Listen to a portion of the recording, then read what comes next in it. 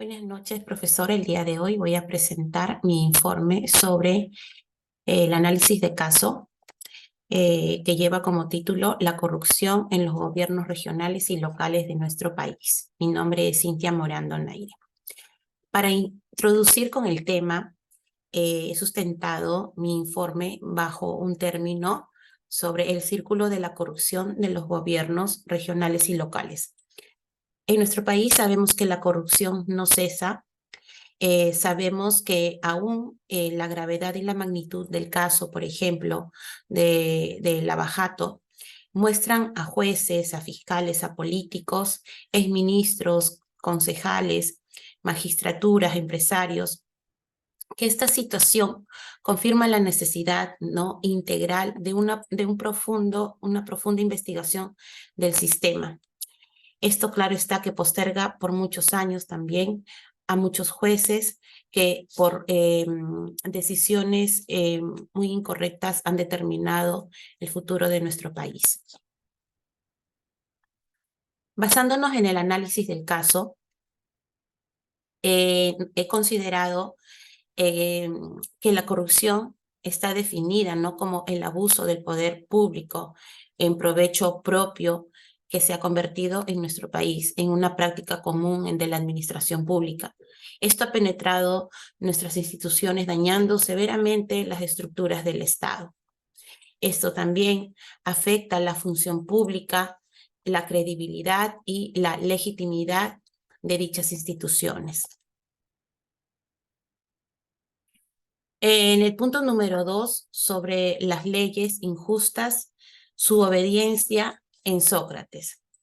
Basándonos en este aspecto, Sócrates menciona y sustenta que la justicia es la más hermosa y la primera de las artes, y la llama el arte de reyes porque le es necesaria a toda persona. Dicha afirmación sobresale en un diálogo con Eutidermo, en la cual analiza ejemplos prácticos en lo obligado que mencionan en el tiempo también de los esclavos. Sócrates, su sacrificio fue su última enseñanza de amor por la justicia. El amor de Sócrates por la justicia se refrenda con su propio sacrificio. En este punto he tomado en cuenta, basándome en el problema, en el caso que yo he elegido, sobre los antecedentes de mi caso, sobre la corrupción en los gobiernos regionales, ¿no? de nuestro país. Por ejemplo, la Procuraduría de Pública especializada en delitos de corrupción en el año 2012 elaboró un primer informe situacional sobre la corrupción en el Perú, señalando que esta habría generado pérdidas económicas al país que afectaron las diversas instituciones por las cuales tienen lazos que enfrentan como instituciones del Estado.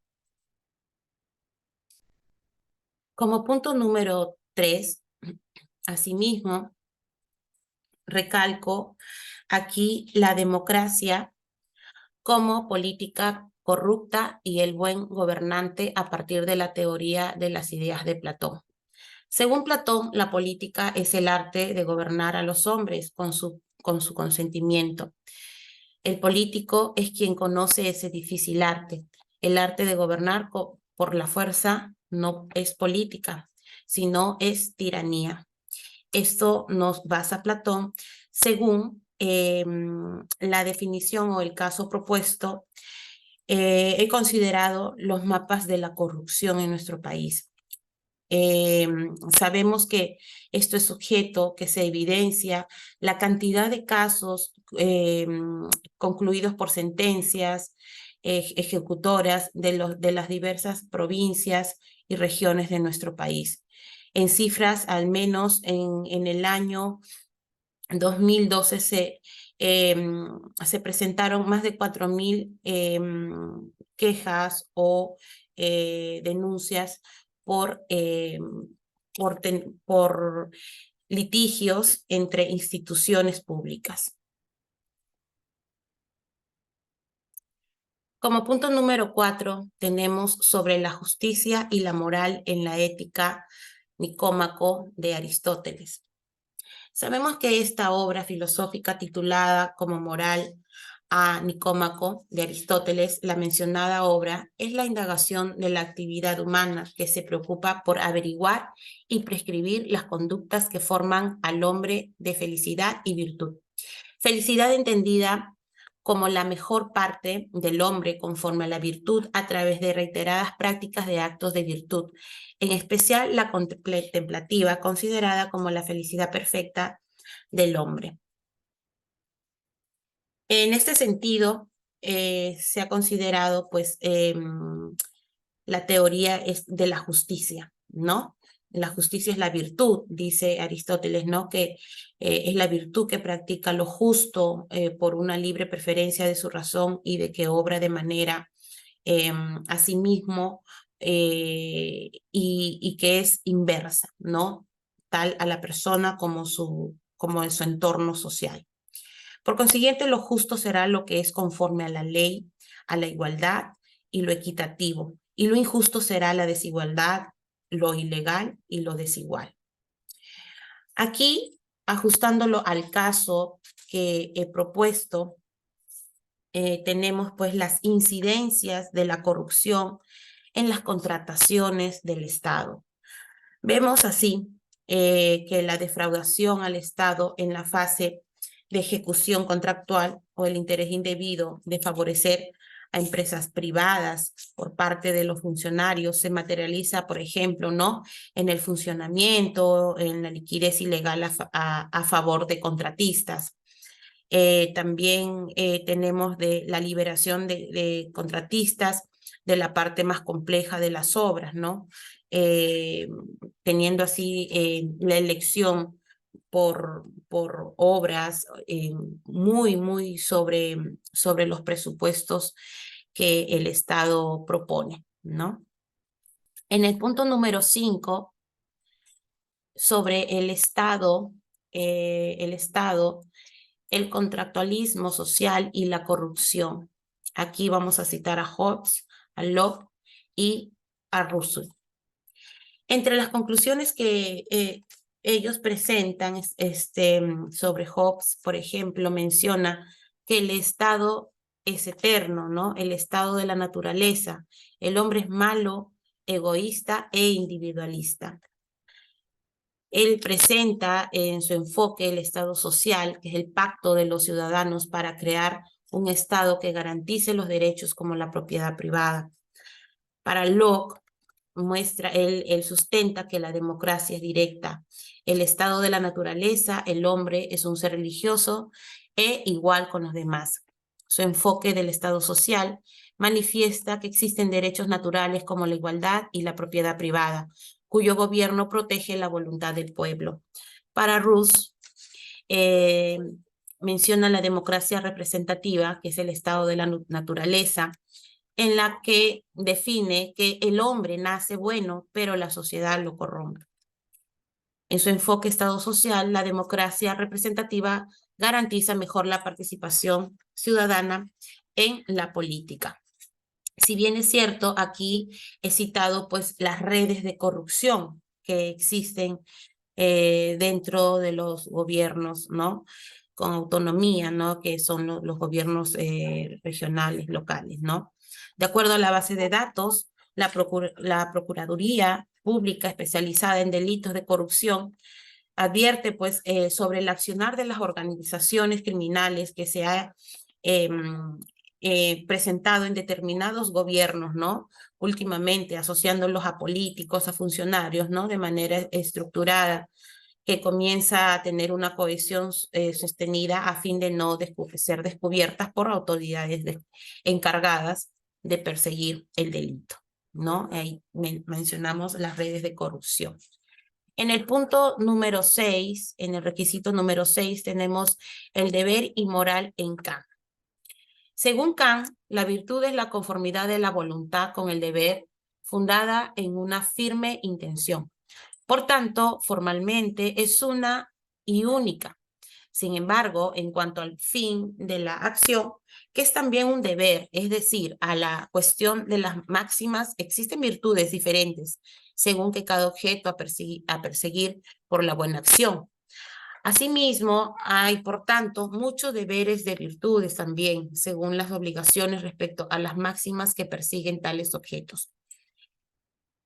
Basándonos en el caso elegido, aquí he considerado las autoridades y exautoridades sentenciadas o que están prófugas hasta el momento.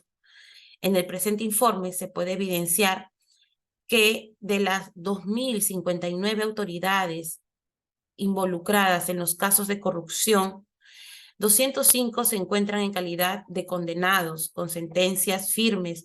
Dentro de ellos tenemos 3 gobernantes, 22 alcaldes provinciales y 180 alcaldes distritales.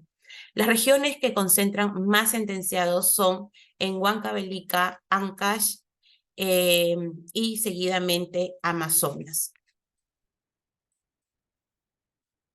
Bien, dentro de las conclusiones que se ha podido llegar en base a las citas anexadas con los 6 requisitos mencionados, se puede decir que del análisis de los casos de corrupción a nivel nacional relacionados a contrataciones para las ejecuciones de obras públicas y adquisiciones de bienes y servicios, se advirtió un mismo patrón en el que incurren las autoridades, ¿no?, de los gobiernos regionales y locales, el cual sería la colusión entre los proveedores, usualmente entre las fases de estos actos preparatorios, ¿no?, a fin de lograr direccionamiento, otorgamientos de la buena pro y la sobrevaloración de los montos de inversión que se conocen todos los años, ¿no? Otra conclusión a la que se ha podido llegar es que del universo de casos de corrupción analizados en este informe, 239 revisan las características de casos emblemáticos, de los cuales en su mayoría se evidencia la formación de redes de corrupción mediante la modalidad de crimen organizado, encabezados por gobernadores regionales o alcaldes municipales, encontrándose estructuradas de manera que sus miembros cuentan con tareas o funciones destinadas a cometer actos delictivos que lesionan o ponen en peligro los bienes jurídicos tutelados por el Estado peruano, ¿no? Dentro de ellos tenemos el caso Lava Jato, el caso de la Centralita y otros casos que hasta el momento están en investigación.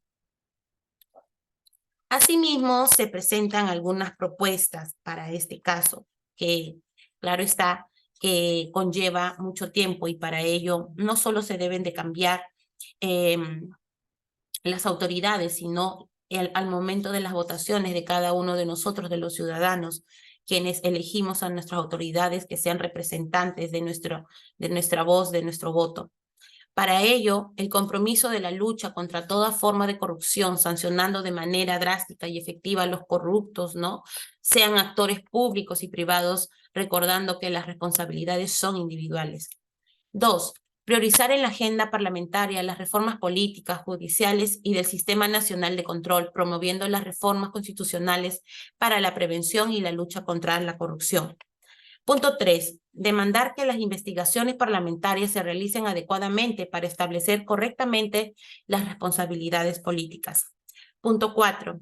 No admitir en las listas electorales de los partidos políticos a personas que tengan sentencias o resoluciones que sean firmes por los delitos de corrupción, aun cuando hayan sido rehabilitados, ¿no? Y finalmente, como punto número 5, fortalecer los equipos especiales de alto nivel de lucha contra la corrupción del Poder Judicial y del Ministerio Público, exhortando que jueces y fiscales actúen con mayor objetividad. Esas son las propuestas y anexo la bibliografía donde he extraído la información que el día de hoy he presentado. Muchísimas gracias por su atención. Hasta otra oportunidad.